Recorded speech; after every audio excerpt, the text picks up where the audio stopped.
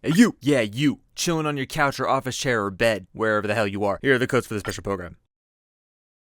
Alright, you obviously got him. I watched the 4.0 Genshin special program so that you don't have to. Let's get into it. This special program is presented by Sarah Miller-Cruz, ENVA of Lumaine, Amber Aviles, ENVA of new character Emily, Danny Chambers, the ENVA of Nilou, and Julia Gu, the ENVA of Kirara. The trailer that we got contained appearances from Tainari, Emily, Nilou, Kirara, Navia, and everyone's favorite little emo friend, Hat Guy. The trailer itself had a strong motif of a toy and storybook-inspired world for this new summer event, and it also contained a bunch of these origami-looking animals all over the place. Boy, slap a conductor hat on my head and call me Sir Topham Hat, because we're gonna be riding on a train, the most efficient way to travel. The next part contained a brief insight into Emily's character and her polearm kit, which is centered around buffing the burning reaction. Emily herself is not just a perfumer, but she's also apparently a forensic scientist.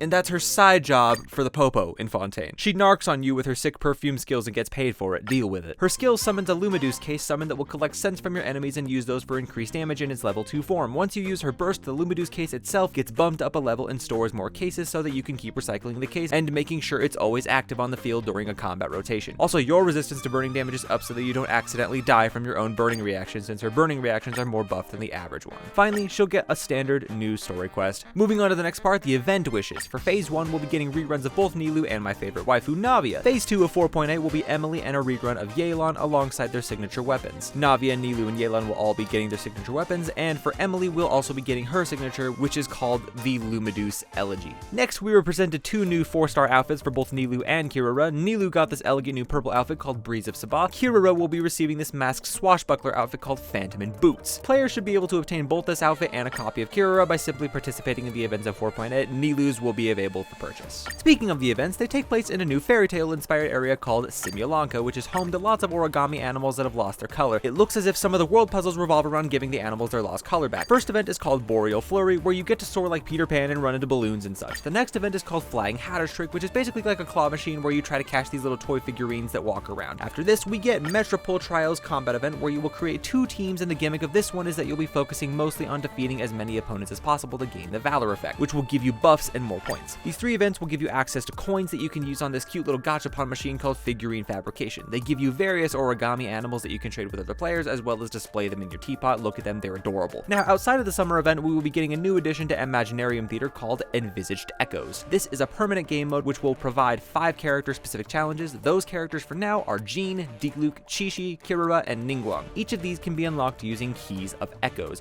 They each require 2. You immediately get 2 upon entering the challenge for the first time, and you will also be able to get 1 key at the end of the season if you have completed up to Act 6 in the theater, so you cannot actually just go in and get all of these at once. The echoes themselves are a slight cosmetic change to all these specific characters, which is present in the form of these little trails that follow behind the character when they move. Diluc is followed by a fiery trail, Jean has wind, Kirara has little green stars, Ningguang has a golden flower trail, and Chi-Chi is followed by the everlasting souls of the damned. Also, each character has to be level 90 with a friendship of 8 or higher, so you truly need to have had and use these characters for a while. Big sad for new players though. Next event is called Finchball, which is a silly little curling event where you can compete with other players and knock each other's finch balls out of the designated areas to get points. Next, we get a return of the photo taking event called Outside the Canvas, Inside the Lens Dukist Chapter, which is a deeply extra name that I can't believe I just said. The drill of this event is just simply doing specific requirements for pictures like a normal attack or a skill. We move on to the next event, Energy Amplifier Lemma, which is another combat event. It revolves around choosing teams of 3 with pre-game buffs, and you'll get rewarded for not using the same characters twice by being able to keep your combat buffs throughout the event. New cards, Navia, Chevreuse, and Frost Operative will be added to the TCG, and then finally, Overflowing Mastery will be traditionally at the end of the version. This version also has some much desired system optimizations which had me hyped. Firstly, you can now accumulate encounter points, the things you get from doing daily rewards. They can essentially be saved from whenever you may fall behind on them. They can be spent when using your original resin, and they'll be reset in full after every version with a 0 at the end, meaning the start of a new region. World Boss cooldown is now 10 seconds so that you barely have to wait anymore when farming materials. They added a feature that hides your UI if you want to be more immersed in the story,